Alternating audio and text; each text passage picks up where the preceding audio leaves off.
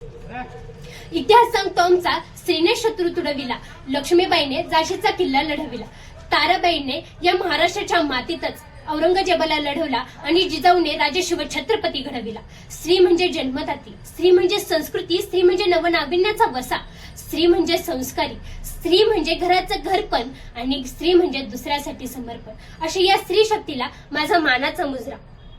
नमस्कार, मी तेजल विलास मराठे. टोकन क्रमांक 98 आपल्यासमोर विषय मांडतीये, महिलांवर होणारील अत्याचार व त्यावरील उपाय. यत्र नारीस्तु पूज्यन्ते रमन्ते तत्र देवता. जिथे स्त्रियांचा सन्मान केला जातो तिथे साक्षात देवदेवतांचाही वास असतो, असे सांगणारी आपल्या भारत देशाची संस्कृती.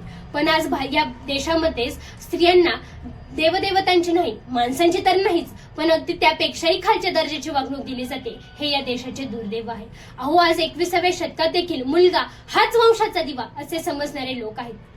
मग व्यसनाधीन असो, आई वडिलांना वृद्धाश्रमात पाठवणारा असो किंवा रात्री दारू पिऊन महिलेला मारहाण करणारा असो, परंतु तरीही मुलगाच या गरगटलेल्या विचारांचा गळा आवळण्यासाठी आणि आपल्या देशाची आण बाण आणि शान राखण्यासाठी गरज आहे ती स्त्री संरक्षणाची, स्त्री सुरक्षतेची आणि स्त्रियांवरील होणारी अत्याचार कमी करण्याची. त्यामुळेच लक्षात ठेवा, फूल न रहे धरती पर तो फल कहां से लाओगे, फूल न रहे धरती पर तो फल कहां से लाओगे, अंश काट कर अपना तुम वंश कहां से बढ़ाओगे. जर खऱ्या अर्थाने स्त्रियांवरील होणारी अत्याचार कमी करायचे असेल तर गर्भलिंग तपासणी करणाऱ्या डॉक्टरांचा बंदोबस्त करून कायद्याची अंमलबजावणी आम्हा सर्वांनाच करावी लागेल. जिथे स्त्री आपल्या आईच्या गर्भातच सुरक्षित राहू शकत नसेल, तेथे ती स्त्री या समाजात कशी सुरक्षित राहू शकेल, हा प्रश्न आज आपल्या डोळ्यासमोर उभा राहतो. खरं तर विज्ञानाने एका बाजूने आपल्याला दुर्बिणीतून ग्रहण पाहायला शिकवलं आणि दुसरीकडे स्त्री जन्मालाच ग्रहण लावलं.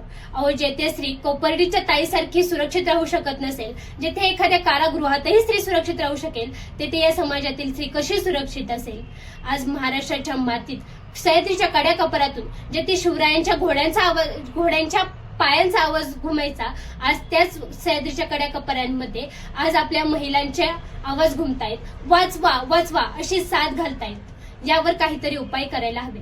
मी या बातम्या या विषयावरील बातम्या अनेक न्यूजपेपर, टीव्ही, व्हॉट्सअपवर जिथे बघेल तिथे वाचायला भेटतात. यावर मी कित्येक वर्ष ऐकतीये, वाचतीये, पाहतीये. विषय बदलतायत, देश बदलतायत, काळही बदलते, परंतु हा विषय काही बदलत नाहीये. कारण ही परिस्थितीत हा विषय बदलू देत नाहीये. या वासनाबंध राक्षसांच्या नजरेतून आपल्या शिवरायांचा महाराष्ट्र देखील वाचला नाही. हेच आपले दुर्दैव आहे. त्यासाठीच स्त्रियांच्या संरक्षणासाठी, स्त्रियांवरील अत्याचार कमी करण्यासाठी आपल्याला काहीतरी उपाययोजना करायला हव्या. एखाद्या बलात्काराची केस जर दाखल झाली तर सरकारने ती चार चौघात न मांडता त्यावर काहीतरी उपाय करायला हवेत आणि स्त्रीला न्याय मिळवून द्यायला हवा. जर अन्यायाविरुद्ध लढा द्यायला हवा. एखादा अपराधी जर गुन्हा करत असेल तर त्याला योग्य ती शिक्षा द्यायला हवी आणि त्याला जर कोणी वाजवत असेल तर त्यालाही कठोर शिक्षा व्हायला हवी. मग तो कोट्यवधीचा मालक असो किंवा कुठल्या गावचा पाटील असो.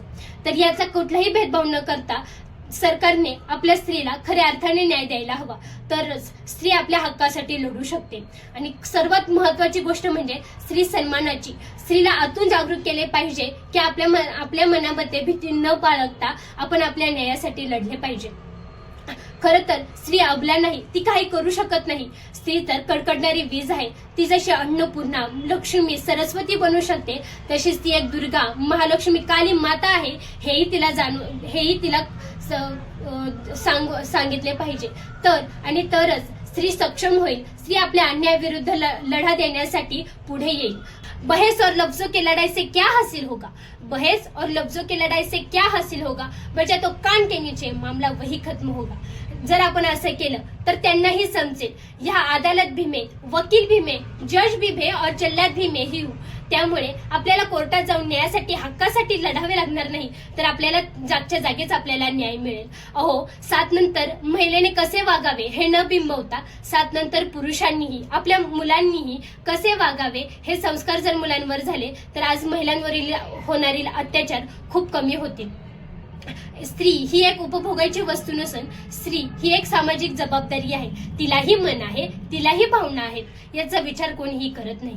अहो, स्त्री ही एक अखंड काळाची माता असून ही अखिल मानव जीवनाची निर्मिती आहे. हे जर प्रत्येकाच्या मनात बिंबवलं तर आज व्यासपीठालाही हा विषय देण्याची गरज पडणार नाही की महिलांवर होणारी अत्याचार काय आणि त्यावर उपाय काय.